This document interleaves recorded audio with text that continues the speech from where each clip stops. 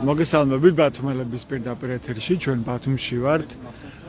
საკონსულტაციო სასამართლოს თანაჭერის მთავრობის ადმინისტრაციული შენობის წინ ისევ იკრიბებიან მოქალაქეები პროევროპულ საპროტესტო აქციაზე.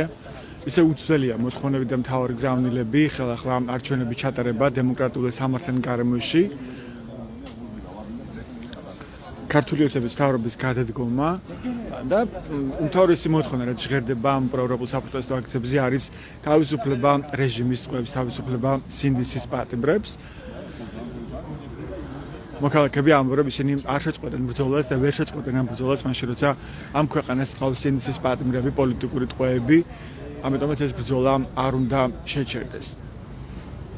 თქვენ იცით რომ ეს აქციები დაიწყო ქვეყანაში 2024 წლის 28 ნოემბერს, მაშინ როცა მოვისმინეთ განცხადება ქართული ოცნების პოზიცია ღიად, რომ ისინი აჩერებენ ევროინტეგრაციის პროცესს, მას შემდეგ ეს პროევროპული საპროტესტო აქციები ქვეყანაში გრძელდება.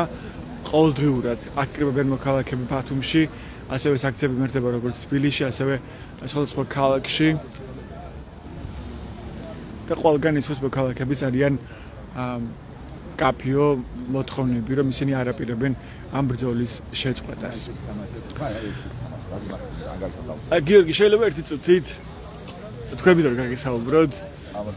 გამარჯობა.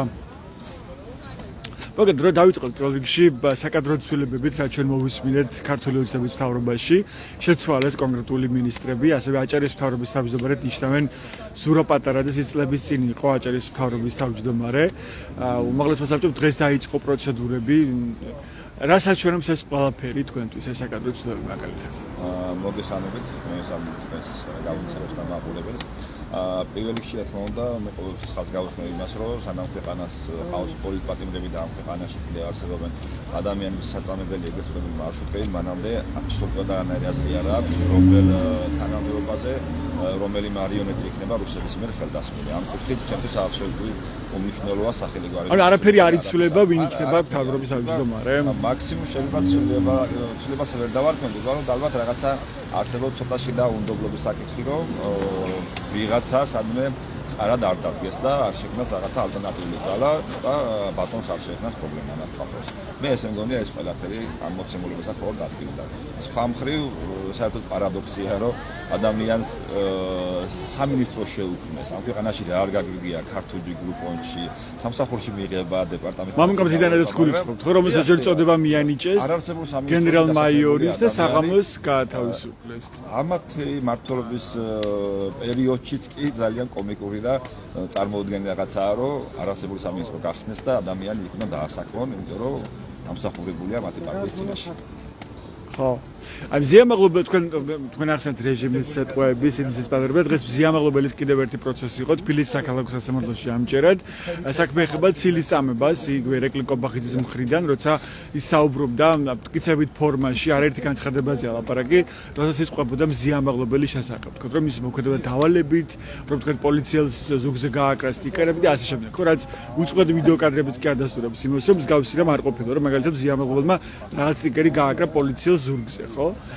და საინტერესო კიდე ისაა, რომ გარდა იმისა, რომ ეს საქმე შეწყვიტა სასამართლომ და არც კი განიხილა საერთოდ, ირაკლი კობახიძე როგორც მოპასუხე, არც კი გამოცხადებულა სასამართლოში.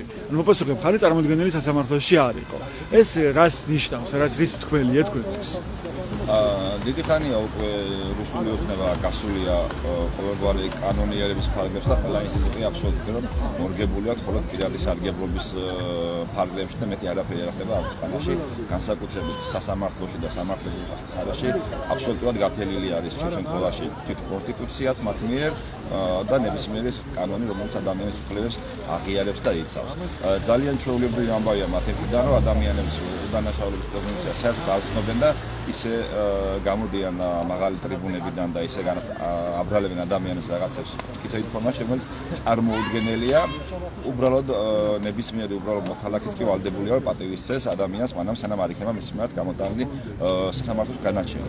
მეორე საკითხია, როგორი სასამართლო გვაქვს საერთოდ და გვაქვს თუ არა სასამართლო, მაგრამ ამ ვითარებაშიც კი უნდა იყოს ადამიანის სურა დაცული და შესაბამისად სხვა მოლოდინი არც ყოფილა რომ არ მოგატყუოთ რომ ეხლა ეს რომ ვინმე დაიწყება საქმის წარმოებას კობახიძის წინა და სჯიდა ვინმე კობახიძეს ხო ვიდეო კადრები არსებობს ფორმიანი ადამიანები როგორც ცემენ უბრალოდ მშვიდობიან დემონსტრანტებთან დღემდე ერთი ადამიანის საქმეც მე არ გამიგია რომ წარმოებაში იყოს რეალურ წარმოებაში და არ ვიცი თუ არსებობს ეგეთი საქმე ეგეთ საკითხავია თუმცა ერთადერთი რაც ამ ყველაფერს შეიძლება ვუწოდოთ რაღაცა პოზიტივი ძნელია ამ ვითარებაში რამე შეაფასუნა როცა დადგება დრო როცა ეს რეჟიმი აუცილებლად დაჯდება განსასჯელის სკამზე და აუცილებლად მოგვიგლის სამართლოს სამართალს იგენოს ასე ვთქვათ ეს ყველაფერი დარჩება საქმის წარმოებისათვის და აუცილებლად პასუხისმგებელი ის ადამიანები ვინც ამ ყველაფერს მონაწილეობენ ძალიან ასე ვიტყოდი რომ სუყე მასალაა ეს ყველაფერი იმისათვის რომ სამართლომ ძალიან დიდი ხნით მიუსაჯოს ამ უკანონობის ჩამდენებს პატიმრობა იქნება თუ რაც იქნება გათვალისწინებული კანონებით. აი პოზიცია აპირებს ახლა რომ გააქტიურდეს და მოემზადოს 26 მაისის საპროტესტო აქციისთვის, მათ შორის თავისუფლების მოედანი აპირებს ხვალიდან რომ გააქტიურდეს შეხვდეს მოსახლეობას რეგიონებში, იგივე აჭარის სოფლებში მოსახლეობას, ხო? რას ფიქრობთ ამ აქტივობას? რა მნიშვნელოვანი იქნება კარდაკარ შეხვედრები მოსახლეობასთან? ზოგადად ამომრჩელებთან და მოქალაქეებთან შეხვედრები მე ყველა ვარიანტში იქნება კარგი და მისაღები, იმიტომ რომ ამ ეტაპზე გარდა იმისა, რომ ჩვენი ლეგიტიმური ხელისუფლება დაკმაყოფილი არის მხოლოდ ძალისმიერ მეთოდებს და პოლიციურ რეჟიმის დაფარულად გადასული, გარდა ამისა ძალიან კარგად იყენებს დეზინფორმაციის გავრცელების მეთოდებს იმისათვის, რომ ადამიანები შეიყვანონ შეცდომაში. და ეს ხოთაშორის ჩვენ დასაბუთებად ძალიან წარმატებულად მუშაობს მათ სასარგებლოდ და მე ვფიქრობ ამ ნაწილში დიდი როლი შეუძლია შეასრულოს ადამიანთან უშუალოდ კომუნიკაციამ და მათთან რეალურმა საუბარმა და არა ტელევიზიებიდან და რაღაცა სოციალური მედიით გაკეთებულმა კომენტარებმა და მოწოდებებმა. მით უმეტეს რომ კარგად ვიცით ადამიანები ხშირ შემთხვევაში რაღაცა ერთი ალგორითმის ქვეშ ვექცევით სოციალური ქსელი იქნება თუ ტელევიზიები და ხშირ შემთხვევაში შეიძლება მართლაც აღმოჩნდეთ საინფორმაციო ვაკუუმში ერთის უნდა. ამიტომაც ვფიქრობ რომ ეს აქტივობა ოპოზიციური პარტიების მხრიდან იქნება მოქალაქეებთან უშუალო კომუნიკაცია იქნება მხოლოდ დადებითი და ამ საკითხს ვერ დადებითი. დიდი მადლობა გიორგი რომ დაგვიწყეთ. დროის გიორგი გამადაძე იყო ბათუმის პროევროპული აქციის ერთ-ერთი აქტიური მონაწილე. თქვენ მას უსმენდით. ბოლო ამბებთან დაკავშირებით მე ვეკითხებ მოსაზრებებს საპროტესტო აქციის მონაწილეებს. მოდი მოვუსმინოთ კიდევ რამდენი მონაწილეს. მოგესალმებით, ვინმე გაგესაუბროთ ჩვენს პირდაპირ ეთერში. საკადრო ცვლილებებია მოგეთ მთავრობაში, მათ შორის აჭარაში, ზურა პატარაძეს ნიშნავენ აჭარის მთავრობის თავმჯდომარედ. რა იცვლება ამ საკადრო ცვლილებებით თქვენი აზრით? მე მგონია რომ რეალურად განსაკუთრებული ფუნდამენტური ცვლილებები არ იქნება. მე პირადად როგორც ჩვეულებრივი მოქალაქე არ ველოდები სიტუაციის უკეთესობისკენ შეცვლისკენ. არ იქნება ეს რაღაც ხალხისთვის და ქალაქისთვის განსაკუთრებულად კარგი მოვლენა. რატომ აქვს ეს პოზიტიური მოლოდინი? მოლოდინი იმიტომ არ მაქვს რომ წარსული მათი მოქმედებებიდან გამომდინარე მგონია რომ ისინი ერთი გუნდის წევრები არიან და მაინც ერთმანეთის ფარით აკეთებენ ყველაფერს. არა მგონია რომ ხალხის ხმა იყოს რომელიმე. ეს არის ჩემი აზრი. ხო, აი მოსახლეობის აღწერის ახალი მონაცემები არსებობს უკვე. დაზუსტებული მონაცემები გამოქვეყნდება ივნისში, თუმცა წინასწარი მონაცემები უკვე არსებობს და წინასწარი მონაცემებით გაზრდილია მოსახლეობის რაოდენობა ქვეყანაში. თითქმის 4 მილიონი ვართ, მოკლედ 3.9. თუ არ დამაჯერებელი ეს მონაცემები თქვენთვის და თუ გაიზარდა რის ხარჯზე გაიზრდებოდა მაშინ როცა ამ სტატისტიკას ვერ მალავს რომ ბოლო წლების განმავლობაში მცირდება შობადობის სტატისტიკა კატასტროფულ შემცირებაზე ლაპარაკობს თავად ირაკლი კობახიძეც რომ გარდაცვალების მაჩვენებელი აღემატება ბევრად შობადობის მაჩვენებელს ასევე იზრდება მიგრაციის მაჩვენებელი რომ ხალხი ტოვებს ქვეყანას და მიდის უცხო ქვეყანაში საზღვარგარეთ და ამ დროს გეუბნებიან რომ გაიზარდა აი მოსახლეობის რაოდენობა თქვენთვის რას ამბობს ეს ციფრები და ახალი სტატისტიკა მე არ ვენდობი პირადად ახალ სტატისტიკას, არ მჯერა ამ მონაცემების, იმიტომ რომ მათ ძალიან კარგად შეუძლიათ მონაცემების შეცვალონ და რეალურად ვინც ცხოვრობს ამ ქვეყანაში, ამ ქალაქში, საზოგადოებაში არის აქტიური თუნდაც პასიური, აქვს ადეკვატურად რეაქცია და აღქვის უნარი, რომ ეს ყველაფერი არ შეესაბამება რეალობასთან, იმიტომ რომ შობადობა არ არის მომატებული და გარდა ამისა ადამიანების იმხელა ტალღა მიდის საზღვარგარეთ საცხოვრებლად, რომ ეს რიცხვი წმინდა მათემატიკურად აბსოლუტურად არარეალური ციფრი არის, იმიტომ რომ სამწუხაროდ ქვეყანას ტოვებს ძალიან ბევრი ახალგაზრდა და არა მარტო ახალგაზრდა, უკვე ასაკიანი ადამიანების ტოვება, იმიტომ რომ შეუძლებელია ამ ქვეყანაში დაიმკვიდრო თავი და ირჩინო უბრალოდ იარსებო ცხოვრებაზე აღარ არის ლაპარაკი, რომ იცხოვრო, იცოცხლო, ეგეც კი შეუძლებელია და ძალიან დიდი იმედი მაქვს, რომ ემიგრანტები როდესმე მაინც დაბრუნდებიან ისევ ჩვენს ქვეყანაში და უკვე ღირსეულო ევროპულ საქართველოში. მე ამის ძალიან დიდი იმედი მაქვს. მათ ხმების მიცემის უფლებაც კი შეუზღუდა, ხო, ოცნების მთავრობამ უწყო, თუ გიგინდათ რომ არჩევნებში მონაწილეობა მიიღოთ, უნდა ჩამოხვიდეთ საქართველოში და ისე მიიღოთ არჩევნებში მონაწილეობა.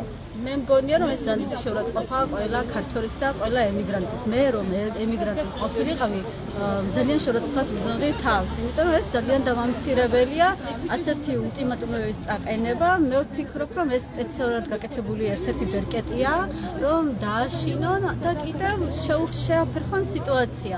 მაგრამ ეს მაინც არ მოიტანს. მე მგონია ცეცხლზე ნავთი დაასხეს, იმიტომ რომ რეალურად ნებისმიერი ღირსეული ემიგრანტი ამაზე იქნებოდა მწვავე რეაქცია, იმიტომ რომ ისინი კი ცხოვრობენ ტერიტორიულად სხვაგან, მაგრამ მათ ყველანაირი უფლება აქვთ, მორალურიც და ყველანაირი უფლება, რომ მიიღონ მონაწილეობა თავიანთი ქვეყნის ცხოვრებაში და არჩევანის უფლება და არჩევნებში მონაწილეობის უფლება ეს იმდენად პირველი რამ არის ადამიანისთვის, რომ შეუძლებელია ეს ვინმე შეცვალოს. დროებით მგონია ეს ყველაფერი, იმიტომ რომ დადგება დრო ემიგრანტებს ისევ ექნება თავიანთი ხმა. რატომ გონიათ რომ ეს დადგება? რა ეტაპზეა ახლა ივანიშვილის მცდელობები რომ ამ ქვეყანაში დაამყაროს დიქტატურა და რა ეტაპზე წინააღმდეგობა თქვენი აზრით? მე მგონია რომ შეიძლება პროცესი არც ის სწრაფად განვითარდა, არც ის სწრაფი იყო ეს ყველაფერი, იმიტომ რომ რამდენი ხანი ადამიანები ვაპროტესტებთ ყველგან. მაგრამ მაინც მგონია რომ ბევრი რამ 500 დღეზე მეტია, ხო 513 დღეა. 500 დღეც რომ ადამიანი თელი საქართველოს მასშტაბით პროტესტებს, ეს იმის ნიშანია, რომ ადამიანებს აქვს წმენა, იმედი და ისინი ხედავენ შედეგებსაც და მე მგონია რომ ეს ხელოვნური ქვეყანა, მე ასე ვეძახი ხელოვნური ქვეყანა, რომ ყველაფერი არის ხელოვნურად გაკეთებული, ეს ვითომ შვიდობა, ყველაფერი არის ფასადური. ანუ ხელოვნური გზავნილები აქვს ქართულ ოცნებას ქვეყანაში. ხელოვნურად გაკეთებული ყველაფერი არ შეიძლება რომ დიდხანს იყოს მყარი, აუცილებლად ჩამოინგრევა, დაინგრევა და უბრალოდ ვინც ისტორია იცის, ოდნავ მაინც პოლიტიკაში ერკვევა, მაგრამ არ არის საჭირო ერკვეოდეს პოლიტიკაში და არ არის საჭირო იყოს პოლიტოლოგი. არც მე არ ვარ პოლიტოლოგი, ხო? მაგრამ თუ ისტორია გიყვარს და კითხულობ, ბევრი ქვეყნის ისტორია ჩვენსავე ჩვენ ახლა რა გზასაც გავდივართ, ეს გზა გაიარეს და ყველა დიქტატურა, მე ვთქვი რომ დიქტატურაში ცხოვრობ, ეს დიქტატურა დამთავრდება. ანუ უკვე დამყარებულია დიქტატურა თქვენ ასეთი განცდა, რა? დამყარებული სამწუხაროდ. და ამიტომაც რადგან დამყარებულია, მგონია რომ ყველა დიქტატურა ადრე თუ გვიან მაინც დამარცხდება და ეპილოგში იქნება თავისუფლება. თავი მომენტი რა არის? რას ეტყოდით თანამოქალაქეებს? ვთქვათ ის რომ არ უნდა შეეგუონ მოქალაქეები ამშის ამ მოწოდებებს, ახალ მოცემულობებს, თუ რა არის თავი? არ უნდა შეეგუონ, არ უნდა დაიღალონ. მე ვფიქრობ, რომ არ უნდა წავიდნენ ქვეყნიდან. მე ყველაზე მეტად მაღლობს ის, რომ ზოგჯერ იმედის გასწრებაც არის და ცდილობენ, რომ გაიქცენ ჭყალებში წავიდნენ ქვეყნიდან. წასვლა არ არის გამოსავალი. მე მგონია, რომ ყველა მას უნდა ვიბრძოლოთ. ჩემი აზრი ეს არის. მადლობა, ნინო, თქვენი გვარი? ნინო გოგოლიშვილი. გოგოლიშვილი, მადლობა, ნინო. ასეთი იყო დღეს ბათუმის პროევროპული აქციის მონაწილეების გზავნილები ბოლო პოლიტიკურ ამბებთან დაკავშირებით. ეს უბრალოდ ჩვენს ვებგვერდებს ბათუმელები G და net-gazeti G რომ მიიღოთ განახლებული და სანდო ინფორმაცია. მადლობა ყურადღებისთვის. დროებით.